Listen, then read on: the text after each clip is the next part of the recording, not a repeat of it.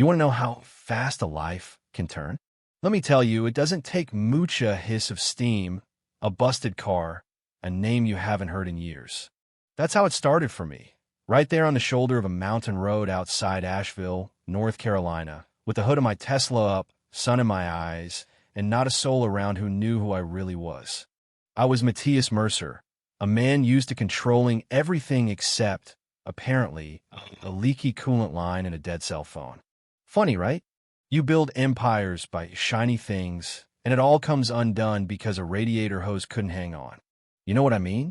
So, I'm standing there, cursing quietly, pretending the engine's going to fix itself, when I hear the clatter of an old blue pickup, rattling around the corner like it's held together with faith and duct tape.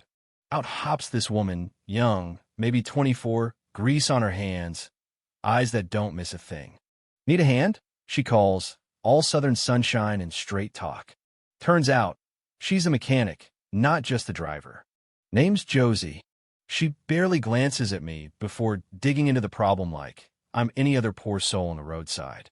She works fast, patching me up, not really seeing me at all until she bends over the engine and a silver pennant slides out from her shirt, catching the sunlight, just so. It's a butterfly-etched, delicate, and I know it.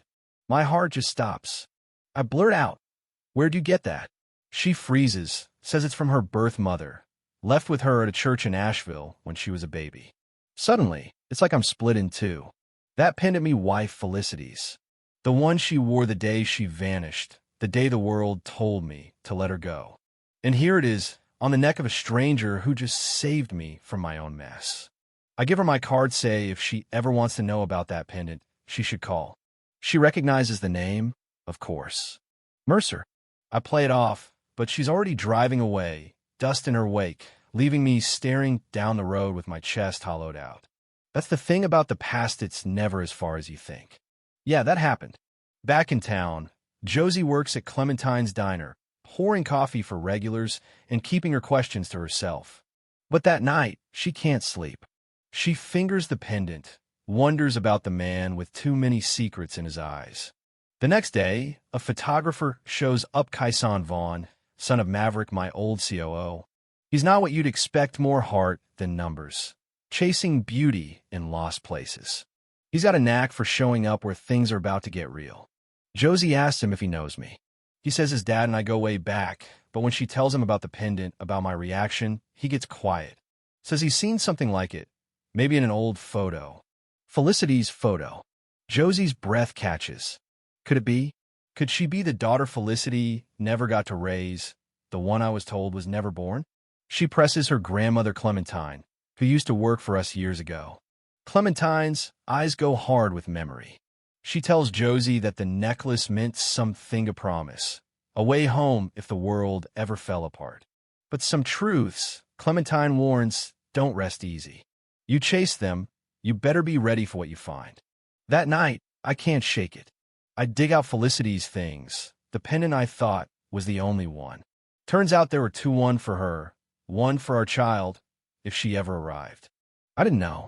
I call in every favor I have, pull records, hire investigators. Meanwhile, Josie is doing her own digging, going through old boxes, letters, chasing shadows through memories that might not even be hers. It all comes to a head at the diner. I walk in, tired and raw, to find Josie, Clementine, and Kyson waiting. No more riddles. I tell them what I know about Felicity, about the day she disappeared, about the pendant, about the possibility that Josie could be my daughter. DNA tests don't lie. It's a match. Josie is Felicity's daughter. My daughter. The room goes silent. Everyone trying to hold onto their own piece of the world. But there's more to a twist. You want one?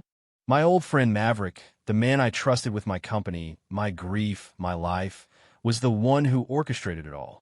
Buried the hospital reports, rerouted the search, hid Felicity away in a string of care facilities.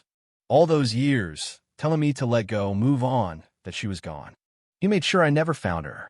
We find the records, old paper files, redacted names, a trail that leads to an abandoned wellness center up on Wolf Hollow Ridge. Josie insists on coming. She wants to look her mother in the eye, even if she's nothing but a memory now. Inside, Among the mildew and broken windows, we find her intake: form Jane Doe, head trauma, memory loss. Transferred, name erased, but in the margin, a note. She calls herself Eliza. Josie connects the dots. St. Eliza's, the church where she was left as a baby. Felicity was trying to leave a clue. We dig deeper, find a tapious session with Felicity, her voice trembling, lost but fighting to remember. It nearly breaks us all. Then a journal surfaces, handwritten by Felicity, page after page of dreams about a child, a husband she can't quite name but never stops searching for. Josie reads it with tears streaming down her face, realizing her mother never gave up. She just got lost in the silence Maverick created. We track Felicity to her last facility, Marigold Haven, where she lives as Eliza, painting, humming old melodies. The reunion is quiet. Josie brings the pendant. Felicity reaches out, whispers her name. For a moment, time folds in on itself, and they're just mother and daughter, lost and found at the same time. I step in, hands shaking, and Felicity's eyes find mine. "Matthias," she says, voice thin but sure. I never stopped waiting. The dam breaks. There's nothing left but truth. But Maverick's grip doesn't loosen easily. Turns out he rerouted payments, buried transfers, used shell companies to keep Felicity hidden, all in the name of protecting the company, or maybe just protecting himself. We take it public at the Mercer Foundation Gala, with Felicity on my arm and Josie by her side. We lay it out for everyone to see. She was never lost. She was hidden. The room goes silent, the lie dying right there under the lights. Maverick tries to deny it, but we've got files, signatures, photos, more proof than he ever counted on. He's finished, and Josie gets the last word. "You don't know what you've started," Maverick warns. She stands tall.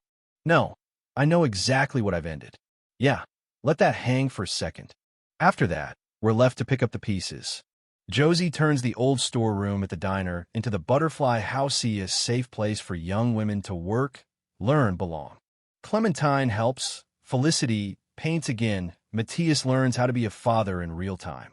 Kaison, the photographer, sticks around, documenting the story as it unfolds.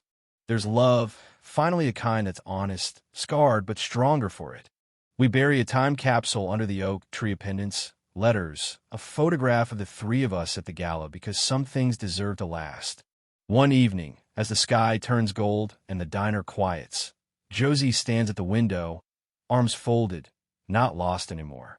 Kaison brings her cocoa. They talk about the future. "I want to go there with you," she says, voice soft but certain. He stays. The porch fills with laughter, Felicity's pie burning in the oven, Clementine teasing, Matthias humming old jazz, Josie and Kaison curled together on the steps, letting the night settle in. And that's how it ends, or maybe how it begins. Not with a neat bow, but with a family sitting under stars, understanding at last that the road that wrecks your plans sometimes leads you home.